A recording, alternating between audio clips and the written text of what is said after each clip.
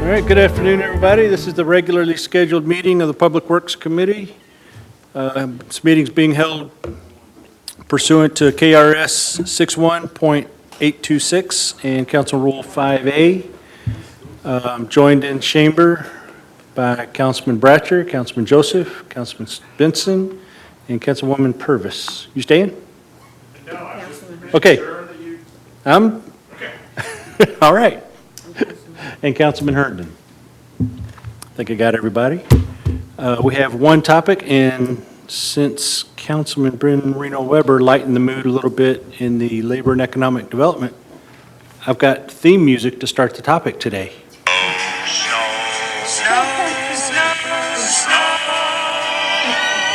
won't be long before we'll all be there with snow.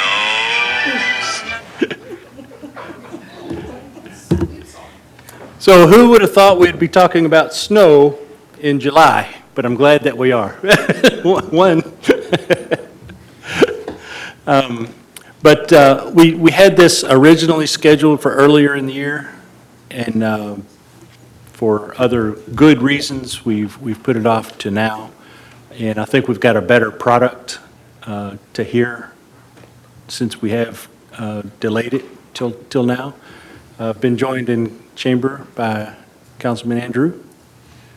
Owen, anybody else jump in? Nope. So I'm going to turn it over to Executive Director Kern, and let's hear about snow. Good afternoon. Jennifer Commissar Kern, Executive Director, Louisville Metro Public Works. I'm joined today with Bill Bell, our new Director for our Department of Transportation. And you want to put the presentation up? Can we get the presentation up?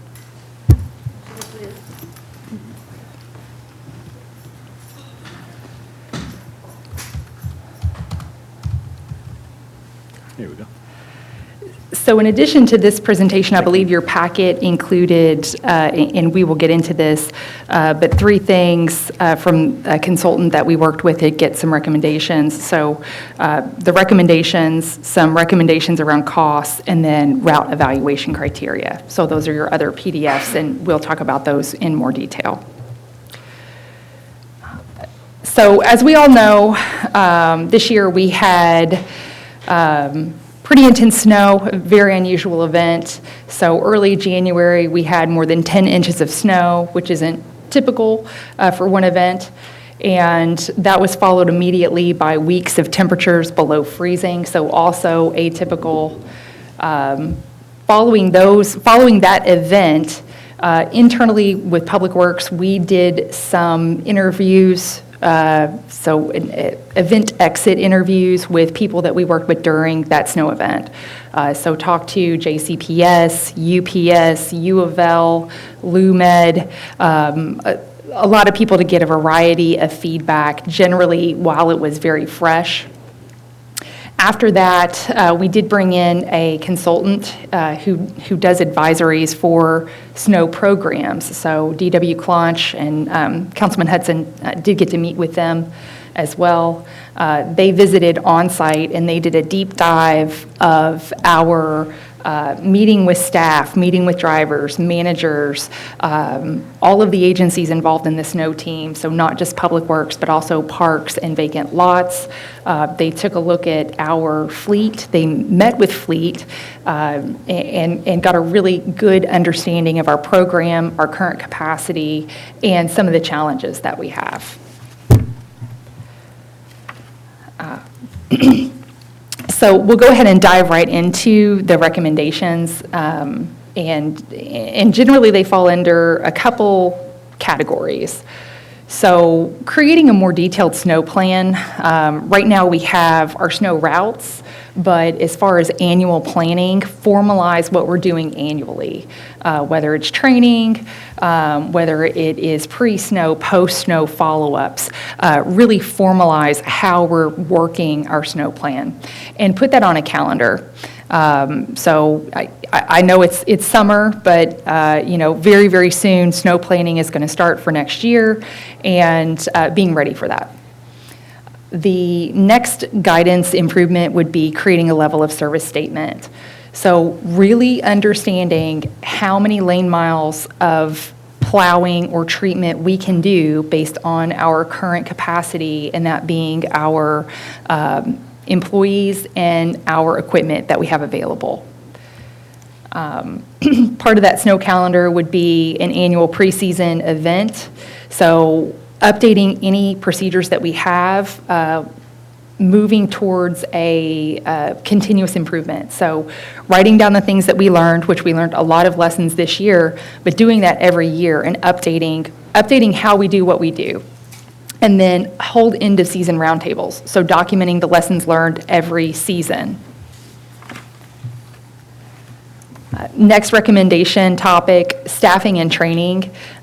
We do have a training program, and our safety team is here today, but formalizing that, really bringing in our snow partners. Right now, we don't include the other departments that assist on the snow team, making sure they're included in everything.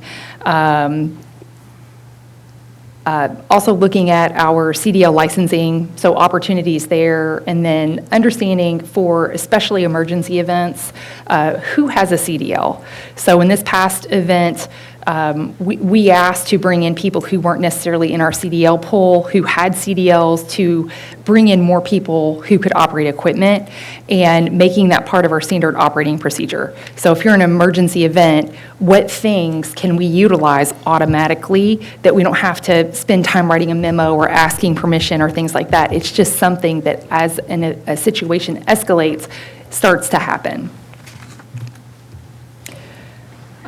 Treatment strategies. We typically and historically have waited until there's 1 inch to 2 inches of snow on the roadways before we start plowing. That is something that they would like to see us plow more of. The other thing that we have done, and this is part of the training, is starting to empower our drivers to know when to plow. So we've got a very large county.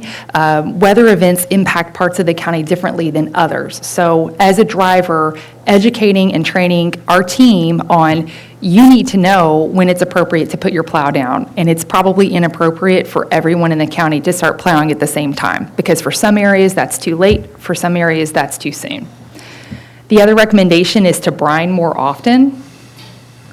And part of these recommendations also include equipment purchases. So recommendations on equipment. If you're going to plow more often, we may need a different type of cutting edge material. Install salt grates at locations. One of the issues that happens, we have a salt grate at one of our roads locations, but not at the others. And what happens is they will pour the salt into the trucks, and it falls through a grate, and it breaks up any chunks or anything where it's created a larger bunch of salt than can be placed on the road. So what that causes is, if it's not broken up, you've got the dispensing mechanism on the truck. It will get locked up. It can, cause a truck to have to go back to the shop, or a driver to have to stop and try to fix it. The next equipment recommendation is to expand and upgrade brine equipment. We are doing some more research on our brine equipment. We do currently have brine equipment. Some of it is beyond its recommended service life, and we'll get into budget. There were some budget dollars within fleet to provide some brine tanks. Add on-board salt pre-wetting units. So right now, the way that we add calcium chloride, so when you get to a very low temperature, so 20 degrees and below, salt isn't as effective as it could be if you added calcium chloride to it. So the salt is granular, the calcium chloride is a liquid. And we've been loading salt and placing the calcium chloride on top, but the consistency of that mixture isn't as good as it could be if there was an onboard wetting unit. So you've probably seen and not known some trucks on the back of it, as the salt is coming out, it would be wetting it. So it would be much more consistent as far as the application of that, and much more effective as far as melting any ice or snow. Calibrate salt and brine equipment. So getting a schedule together where we're not just working on, is our fleet ready, but also, is it calibrated? And we have an idea on how to do that this year. And then, and this goes for the fleet generally, but evaluate winter fleet needs for 5 to 10 years. We are working on formalizing what our fleet rolling replacement would be. I know that we have some ideas, but starting to dial that in, especially with respect to snow needs. And then consider adding a truck wash. Right now, I know that Solid Waste is working on a mobile truck wash. I know that Fleet is also looking at some piloting for truck washing, but there's more detail in the recommendations. But the better you can wash your vehicles, get that salt off, you're adding longevity to your fleet. Next recommendation topic is technology. Weather forecasting. So what's important for managing snow isn't just the weather outside, but specifically the pavement temperatures. So we currently have access to DTN weather, and it's something that can give us some recommendations around pavement temperatures. They have also recommended that we install some permanent pavement temperatures sensors across the county. And this is something we're investigating. KYTC, they already have I believe 3 pavement sensors, looking at, if this was something we added, is this beneficial to other departments like EMA? Are there other sustainability, other departments that could benefit from this? And then if we are going to add those pavement sensors, making sure that it's something that, we could coordinate with data that KYTC is getting as well. Consider adding GPS turn-by-turn in vehicles. We currently, with Solid Waste, have some Smart Fleet software that does do turn-by-turn. We are looking at what would be involved to add that for snow and getting some pricing. And another add-on to that would be looking at how to automate that data. So if a truck is using the turn-by-turn, all of that can be automated to go to the snow map that can update real time, and that is a lot of back-end radio and administrative work that would no longer have to be done. It would be more accurate more quickly. Updated routing. So we talked earlier about the level of service statement, so understanding specifically how much can we plow or treat with our current capacity against the map. So setting up, what exactly are we able to do, and then going from there. And then clearly communicate the criteria for routes. This year, what we learned is that our routes have not been updated in quite some time. And I know just looking at the maps, you can see that there's some things on there that maybe aren't quite right. There are roads that didn't used to be dead ends that now are dead ends, but we're still cleaning dead end roads, and then you're having to turn a pretty big vehicle around at a dead end road, which is another problem. So evaluating, what has changed over time, and then what really, as a community, what are our priorities? And there are in the additional documentation on routing recommendations, some things that I think we can all agree. So understanding the class of the road, the amount of traffic. This is one thing that came up, is that since we created these maps, the population within the county has moved around. So we have critical facilities that weren't on the map. We have maybe schools that weren't on the map. We have just areas of population increase where those weren't prioritized because that wasn't considered at the time the maps were made. So understanding emergency routes and then making that part of the communication plan.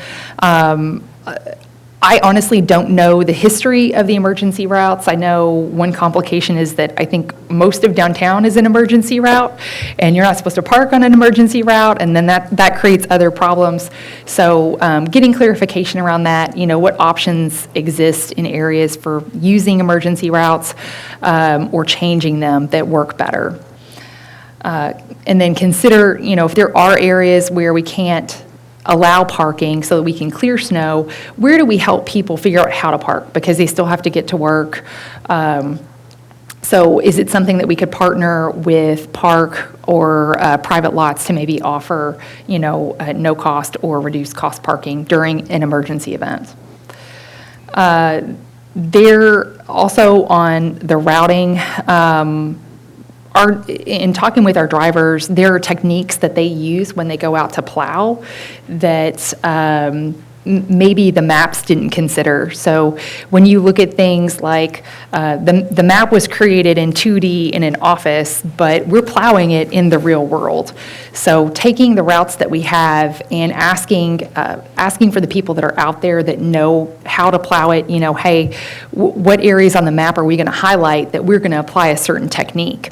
Or looking at, areas where, hey, this plow is going to be way too big for this route to plow. So starting to pair up not just the routes, but the strategies and the equipment that we're attacking those routes with. And then one suggestion was breaking the routes into zones to add efficiency. So rather than, one truck would do Shelbyville Road or Dixie Highway, that's a pretty long route, start to break those into zones so that you can start attacking the areas of high traffic more quickly. So recommended cost summary, and as I mentioned before, we are meeting with Fleet to go through our fiscal year 26 budget. Part of that budget includes some funding for brine tanks. We're looking at, how do we want to use all of our fleet? Do we want to use a section of the fleet this year? There are quite a few recommendations here, so rolling out this plan is something that isn't going to happen immediately. It may take a couple years to get everything up to speed and get all of the recommendations in place. So we talked about plow blades, using a different material if we're going to plow more, truck attached pre-wetting systems, brine tanks. If you have brine tanks, you have to make brine, you have to store the brine, using routing software, getting more modernized weather forecasting. That may include adding pavement sensors, any training that we need. So if we're going to be routing differently, maybe we need to be training our people differently, building in calibration services to our fleet readiness, and then potentially adding a truck wash. So as far as costs, these are typically the list of costs that we would be looking at, and we are working with Fleet to continue to look at, find the least expensive product that would still work. Communication, we talked about part of the annual plan would be the communication. So when are we communicating, having some ready-made communication packets around, an event is coming, this is what you can expect, these are things you can do. When an event is here, this is what you can expect. Where people can go to find other resources that they might need. And then for internal and external, creating a list of predefined terms and phrases and starting to use that same vocabulary internally across all the divisions, and then helping to educate the public on what those words mean. Creating an internal communication plan.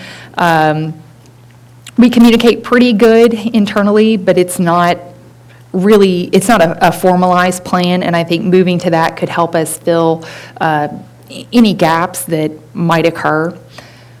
Consider using internal text messages. This is something that we've been working, talked to EMA earlier today. We have a lot of people on Snow Team when it's fully activated. Making sure that those people all have the same information at the same time is very difficult. So you might have somebody who is coming in, they haven't checked email, or they missed a phone call or something, and these are people that are working on operations, so they're not going to be that dialed into their tech. So finding out like the most important messages that need to get out, if there's a way that we can do at least internal text messages to make sure that really important information is communicated to everybody simultaneously. Using separate radio channels for our roads districts, for the different districts, if that's something we want to look at. And then defining the frequency of communication. So throughout an event, knowing and even externally, what does that look like? Is it every 4 hours for a lesser event? Is it at shift change? What information is being communicated so that we're not missing anything when we're going from, a day shift to a night shift?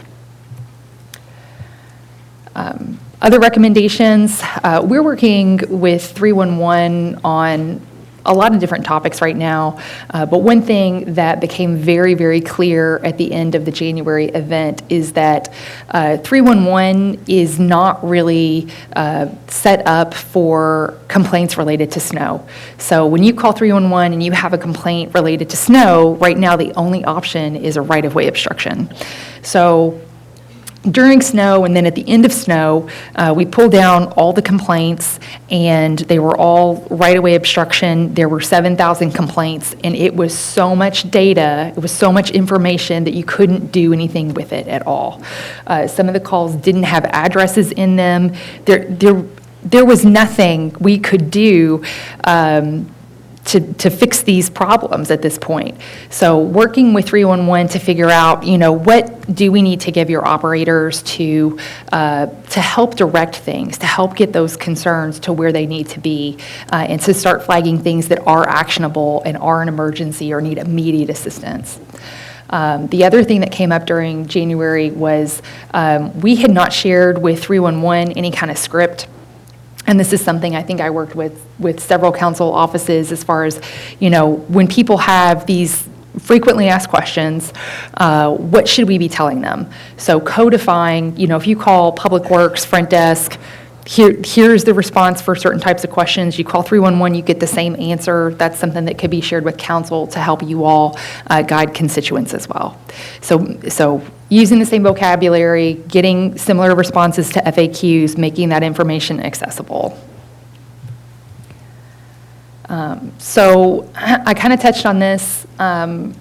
Normally, when we have a lower level snow event, it might be that just roads and operations can take care of it. If you have an elevated snow event, you're looking at bringing in the full snow team, so activating solid waste, parks, vacant lots, all of our admins, snow command on the map. It's a lot different. And then you might also, if you have an exceptionally high level of snow, be bringing on board your emergency contractor. So all of these events work a little bit differently, but creating a plan that escalates so that those things start happening regardless. Hey, we thought we'd have this much snow, it's rolling into, maybe we're gonna get 12 inches of snow or something. So it's just turn the page, this is the next step, this is what we do, and not have to be planning for an event during an event.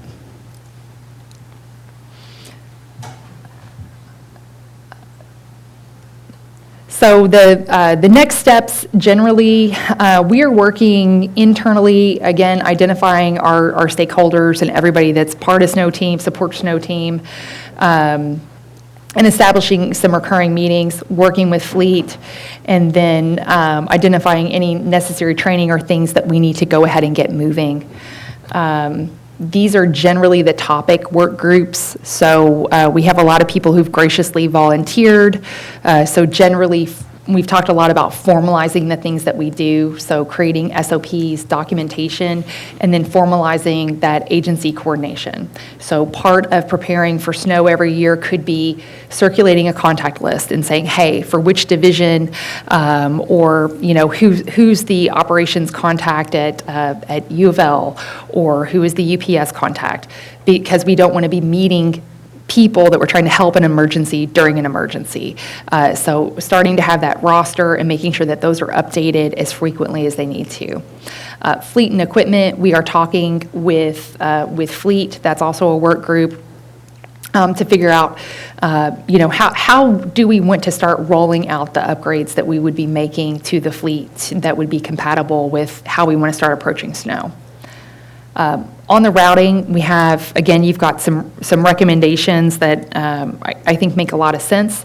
So making sure that the routing aligns with what our priorities are as a community. The biggest things, understanding where the population is, that amount of traffic, understanding the topography, critical facilities, things like that. So for this year, what we're going to be looking at for routing is starting to do that first brush of cleanup. So making sure there aren't streets on there that don't need to be on there. If there were critical facilities we were made aware of that weren't on the map, making sure those are on there. Also looking at some of the streets that weren't on the map because of say their classification or volume of traffic, but are very, very steep. So, you don't want somebody on a huge incline. That's something that should be on a map. So this year, our plan is to get those critical updates made, circulate that map in the next 60 days, and then moving forward, taking a deeper dive on the recommendations to really get that map dialed in. Communication and education, working with our communication director to figure out, again, what are those prefabricated packages for when an event hits, starting to educate people around why do we plow what, why are certain things on a route, why is a snow plow driving down my street and the plow's up? It could be any number of reasons. How salt works. I know we got a lot of questions around, a truck would go down a street and spread salt. They had their plow up. Why did they do that? Well, they want to spread the material, give it a little time to work, come back, plow it. And I think people are never thrilled about snow, but I think starting to help people understand why we're doing what we're doing is a really good next step. Technology we talked about, so upgrading, whether it's in the vehicle or it's part of our reporting to the public with the snow map. Training and team support, so any changes that we're making to how we're approaching snow, making sure those are incorporated into our training and the way we support our team. And then looking at budgets, so we know that this is something that isn't going to be able to be rolled out all at once, but what should that reasonably look like as we're rolling into building up the snow team? And with that, we're happy to take any questions. All right, great presentation, thank you. So I'm going to limit myself to 3 questions and then turn it over to the queue. My first question is, at a previous presentation, you had mentioned that the program by which Public Works people got their CDL license needed to be relooked at because a lot of people were coming in, getting their CDL, and then parlaying that into a resume bullet and going and getting a job elsewhere. Has that been rectified or fixed? So we do, with the help of our HR team, we do now have a promissory note. Okay. So if you come in, you are required to stay a certain amount of time, and if you leave before that amount of time, you do have to pay back a portion of that training and those fees. Great. Second question is there an appetite to use contractors for more than a stopgap when a large snow event comes in? For example, you mentioned getting a truck wash. Is there I could easily see how that could be farmed out to somebody that washes trucks. That could exactly be farmed out. So that is part of, with solid waste, that's something they're working on. They have a company that comes in and they'll wash trucks for what I believe is a very reasonable price given the savings as far as vehicle maintenance that we could have. Well, what about snow plowing also? So for the plowing, that's one thing that we had an emergency contract, and that's great. But getting those details fleshed out. So how would we use a contractor? What are we going to use them for? Because that became the big question. We had to scramble. We brought the contractor in. It was great that we could because our people were exhausted. It was, I think, day 7 of everybody just working all the time. But having a better plan in place, so understanding if you bring the contractor on, what types of equipment are they going to have? What roadways is that going to be best to service? And how do we split that workload? So if they're going to come in with smaller trucks, maybe they need to do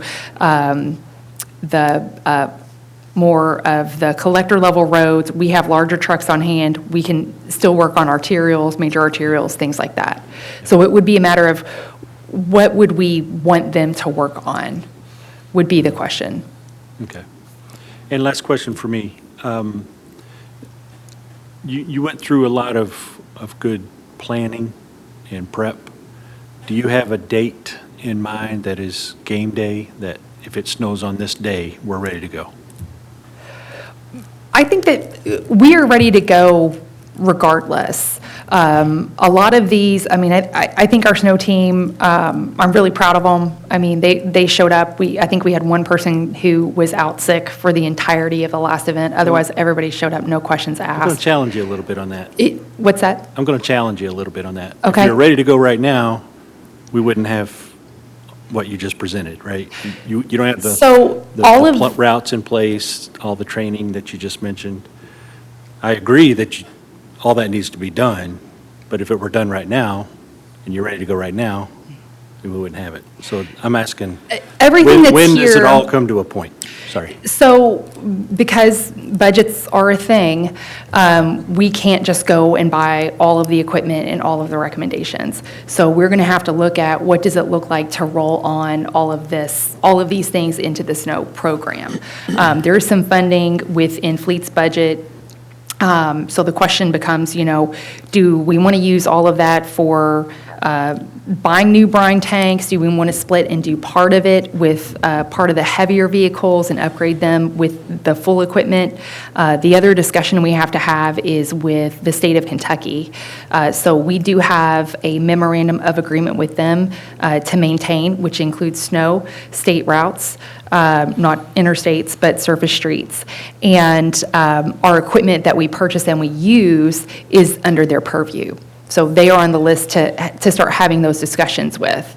I may not be asking my question correctly. I'm more interested in, is there a date up on the wall somewhere that you're working toward to get whatever plan it is, whether we're going to do a truck wash, whether we're going to get an extra blade, whatever it is we're going to do, is there a date up on the wall somewhere that says we're going to do it all by that date? I don't have the date that all of it would be executed, again, because I don't know what the budgets would be. We would have a better idea timeline, I would say, later this fall, as we start to get more of the data together. I mean, as far as the snow program here, we have a snow program. The recommendations here are things that will help us to be more effective. So we do snow.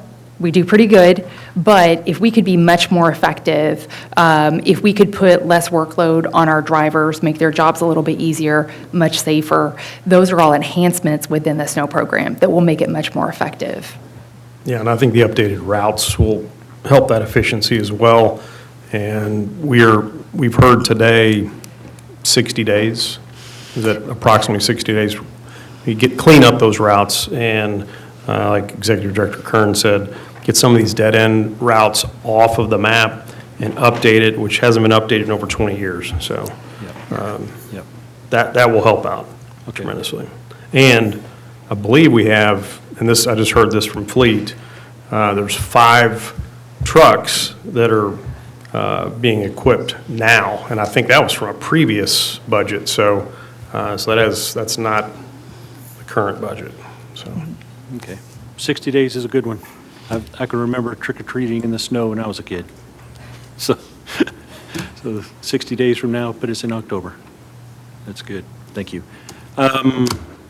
Councilman Owen. Did he say his name? Thank you, Chair. The presentation. Councilman Owen? Yeah. I'm sorry. My fault.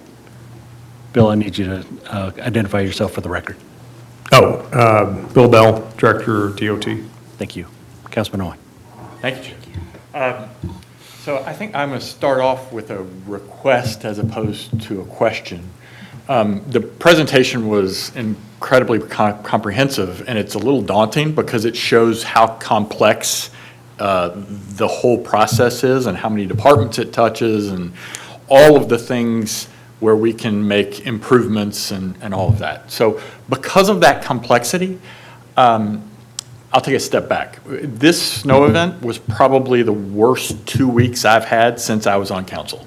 It was miserable. And I know it was for not just me, it's not about me, it was for a lot of people. And so I still have people asking me questions about what are we doing? What have we done? And so I wonder, there are so many items that we've gone across here, that we've touched on here. I wonder, I don't want you guys to spend a lot of time reporting back, but if we could have a list saying, here's what we've done this, and in 3 months or whatever, or in 6 months, and kind of keep revisiting all the things that we've touched on today, and saying, here's what we have completed when you report back, here's what we're still working on, here are things we looked into and decided not to pursue for whatever reason. I think that would be really, really helpful because of the complexity of all the things that we've talked about. So that's a request that I would make. And, whether it's every 3 months or every 6 months or whenever, I think that would be helpful for council. And then, honestly, I would pass that along to my constituents because they keep asking me those questions as well. So that's number one. Number two, the snow routes, I think, are a big part of the question and concern that I got back from my constituents. And so I don't know that there's time this year to do this, but I think it would be helpful to be able to interact with my constituents with the updated snow route, because a lot of times they know even more than I do where some of the problem points are and where some things exist. I mean, I'll give you one example in my district. If you go up Jane Street from Brownsboro Road at the Clifton Kroger, Jane Street is very steep to get up into Crescent Hill, and that was like a ski jump during the last event, and I don't think there was any topography taken into consideration in the last snow map. So again, I don't know that there's time before this winter to have some interaction with that updated snow route with my constituents, but I would request that we have an opportunity to do that going forward so we can make that updated snow route perhaps even better. And then the last question I had as a member of the budget committee, was there anything in this year's budget that we specifically set aside as a response to some of the things we learned out of this snow event and out of the recommendations that were made? Or did we have anything in this year's budget to address some of those recommendations? So I'll start with the snow maps. Specifically on the topography, we worked with Logic Mapping and with MSD, and during this snow event, they were able to get us a topo map of roads that was actually color contoured. So really steep slopes are red, and then it goes down to green from there. So we are able to look at the topography now and not just look at it, but also classify it and say, we have steep slopes. Even within that, we can go in and start prioritizing. So that is definitely something that I would like to see in this first brush to get things cleaned up. As far as the budget, there is, I believe it's $340,000 that is within our fleet line item. So those are the dollars that are specifically for snow items. So that was a specific request for snow and not something that you're pulling from that was kind of expected to be for something else within fleet? No, it is specifically a line item with fleet. And we're going to work with them. It was called out for brine tanks, but I know I've had some conversations with fleet. They work on the vehicles. They have a lot of really good ideas. And if we need to have a different mix, if we're going to do, say that we're going to do a pilot with just our biggest trucks or something like that, maybe we fully outfit those and then roll in other trucks as we go, or something like that. But that is what is in the budget specifically for snow operations for fleet.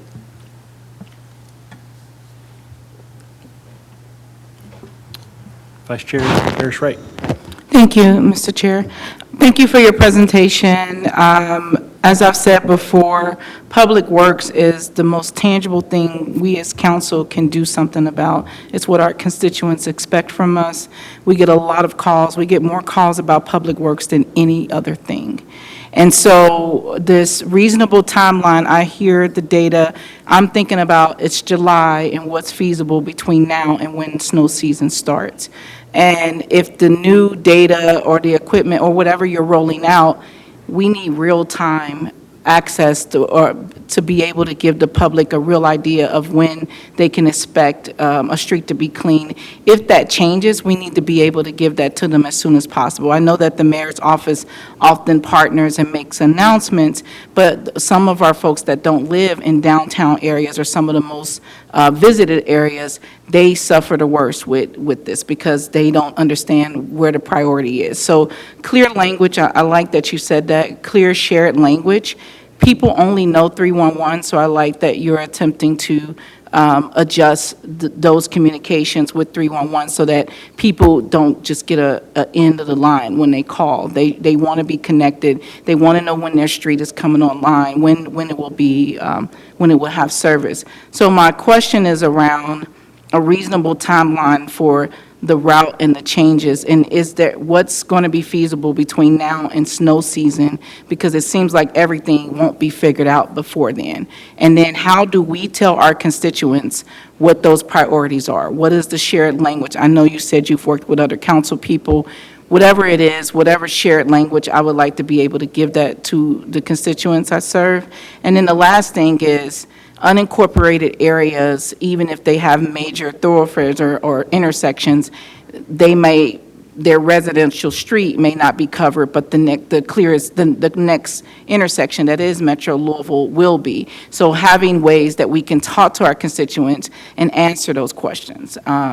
Yeah, so that's really about that. When will it be online? What will be done by the time snow season happens? And then what's the shared language on what is a priority on what, when those happen? I know you said the map is going to be updated and all of that.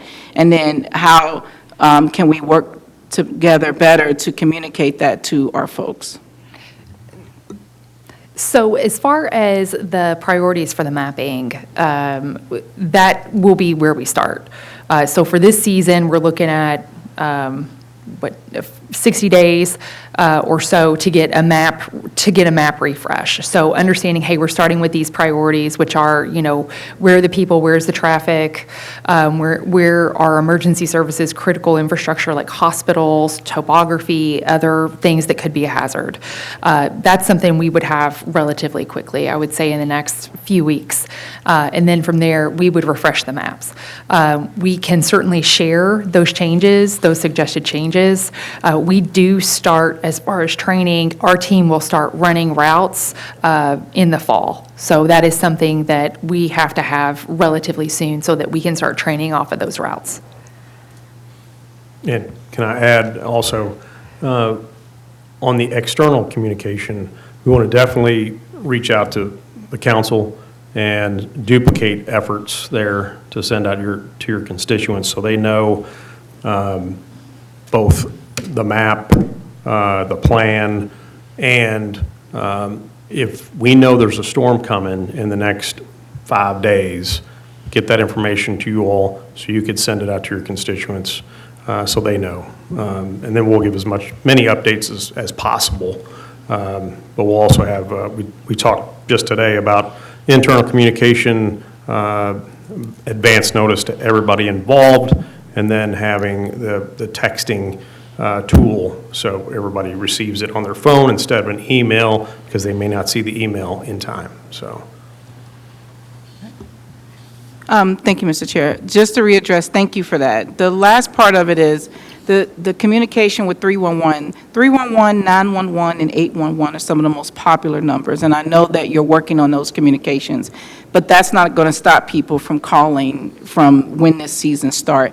Or when do you plan to address that? How soon will the 311 communications be consistent with what you're doing with the other updates? I do like what you're saying about the text message. We as council can communicate that as well and put it in all of our newsletters and communications, but you're right. If it's just coming by email, many people may miss it, and if their lights are out, they definitely might not get it. So I do like that you're incorporating text message. But I'm concerned about 311 and how that interface will be updated in a timely manner that goes with what you're doing. So I cannot speak for 311 or how quickly changes can be made there. I can tell you that when we debriefed in February, 311 was probably my most memorable meeting that we had because it was incredibly productive. So we can certainly, they are on our list to get time in front of. We do have a list of recommended, recommended drop-down selections that they can have, and then getting with them on, what are the biggest complaints you got during snow. So that's something that would happen, I would say, in the next month, trying to get with them. As far as rolling that out, I can't speak to that exactly, but that can be part of an update that we provide.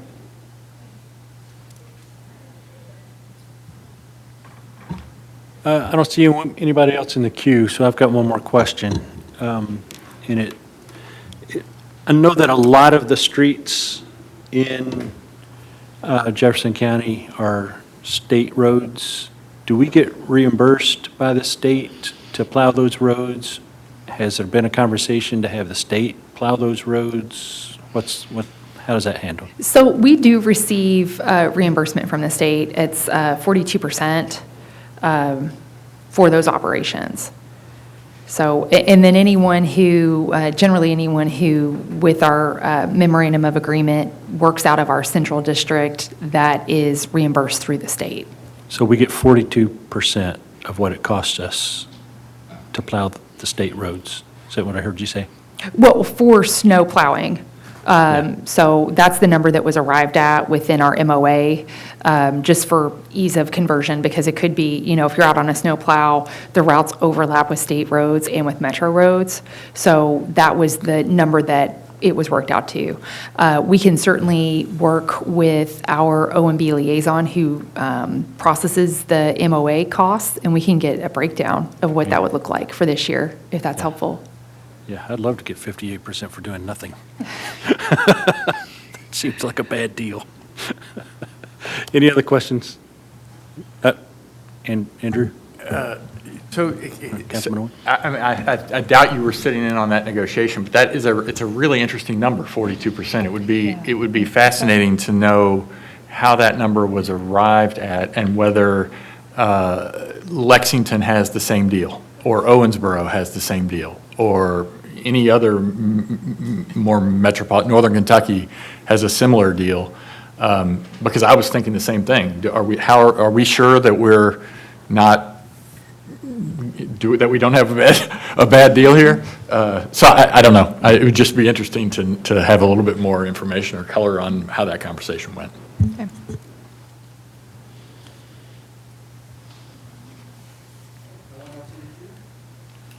We've got no one else in the queue.